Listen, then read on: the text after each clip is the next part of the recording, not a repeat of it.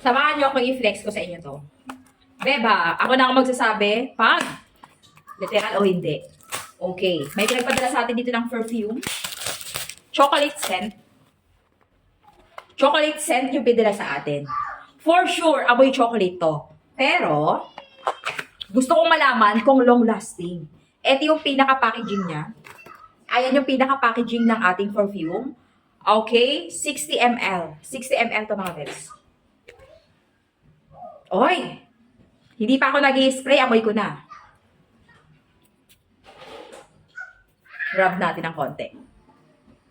Wala akong naramdaman na alcohol texture, wala. May pagka-oil something, may pagka-oil siya. Okay, eto 60 ml, ganito kalaki.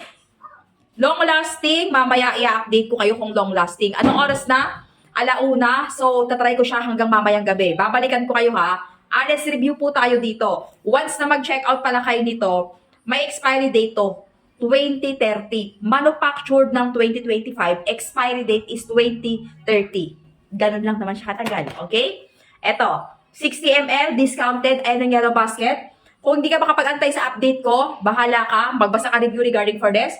Pero, for sure, long-lasting siya dahil wala akong alcohol texture na naramdaman dito nung in-spray ko siya.